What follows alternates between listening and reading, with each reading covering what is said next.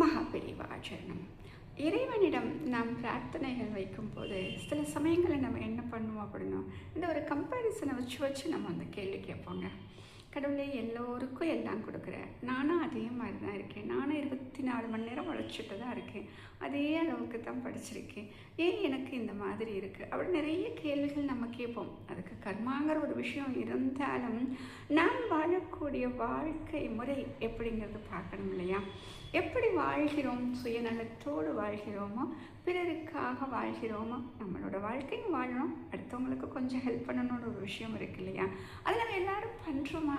இல்லை ஏன் இந்த கஷ்டம் வருதுன்னு எல்லாருக்கும் ஒரு கேள்வி இருக்கும் இல்லையா? அதுக்கு அழகாக ஒரு கதை இருக்குங்க. இந்த கதைகள் மூலமாக நம்ம நிறைய விஷயங்கள் தெரிஞ்சுக்கிறதுனால தான் கதைகளுக்கு இன்னும் அந்த மதிப்பு கூடிக்கொண்டே இருக்கிறது. எப்படின்னா, ஒரு கால்பந்துங்க. அந்த கால்பந்து என்ன பண்ணுச்சா, ஒரு நாள் கடவுள்கிட்ட போய் ஒரு பெரிய கம்ப்ளைண்ட் வைக்குது. நீ என்ன இப்படி இருக்க? என்னையும் படைச்சிருக்க, அந்த புல்லாங்குழலையும் படைச்ச, எங்கள் 2 பேருக்குமே காற்று தான் முக்கியம், காற்று இல்லைன்னா எங்களோட வாழ்க்கை கிடையாது. ஆனால் பாரு, என்னையை மட்டும் எல்லோரும் காலில் எட்டி எட்டி உதைக்கிறாங்க, அந்த புல்லாங்குழலை மட்டும் அப்படியே வாயில் வச்சு அழகாக அப்படியே இசையாக இசைக்கிறார்கள், இது என்ன உனக்கு ஓர வஞ்சன்? நீ செய்கிறது சரியா கடவுளேன்னு கேட்டுச்சான். கடவுள் கேட்டாரா, கண்டிப்பாக நான் செய்கிறது சரிதான், எப்படின்னு சொல்லவா அப்படின்ச்சான். கடவுள் சொன்னாராம். அப்போ கால்பந்து சொல்லிச்சான், சரி அப்படி என்ன தான் நான் தப்பு பண்ணிட்டேன் அப்படின்னு.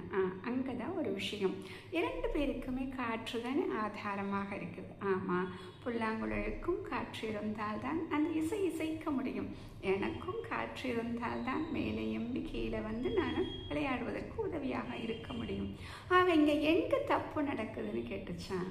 அந்த உள்ள வாங்குகிற காற்றை நீ என்ன பண்ணுற அப்படின்னா, நான் இறுக்கமாக பிடிச்சிக்கிறேன், அப்போ தானே என்னை வந்து எல்லாரும் விளையாட முடியும், நான் இறுக்கமாக பிடிச்சிக்கிறேன் அப்படின்னு சொல்லிச்சான். நீ இறுக்கமாக பிடிச்சிக்கிற இல்லையா? ஆனால் அந்த புல்லாங்குழல் என்ன பண்ணுது அப்படின்னா, வாங்கின காற்றை பூரா அப்படியே வெளியில் விட்டுருது, அது எதையுமே உள்ளே வச்சுக்கிறது கிடையாது அப்படின்னு சொன்னார் கடவுள். அப்போ கால்பந்துக்கு புரிஞ்சுதான், ஓஹோ இதுதான் விஷயமா அப்படின்னு. அப்போ பார்த்தீங்க அப்படின்னா, நம்ம வாழ்க்கையில் எவ்வளோ நேரங்களில் நமக்கு எத்தனையோ விஷயங்கள் கிடைச்சிருக்கும், அது அத்தனையுமே நமக்கு தேவையா அப்படின்னா அதில் ஒரு சில தான் நமக்கு தேவையாக இருந்திருக்கலாம்.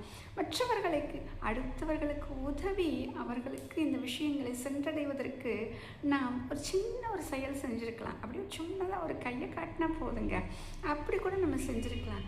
அதை கூட நம்ம செய்யாமல் இருந்திருப்போம். எல்லாமே நமக்கு நமக்கு அப்படின்னு வாழும் பொழுதுதான் இன்னும் கொஞ்சம் துன்பங்கள் அதிகமாக வந்து கொண்டிருக்கிறது.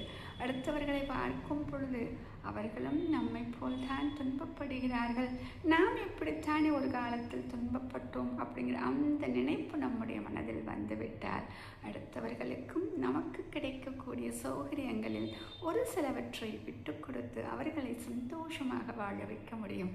மகாபெரிவா சரணம்.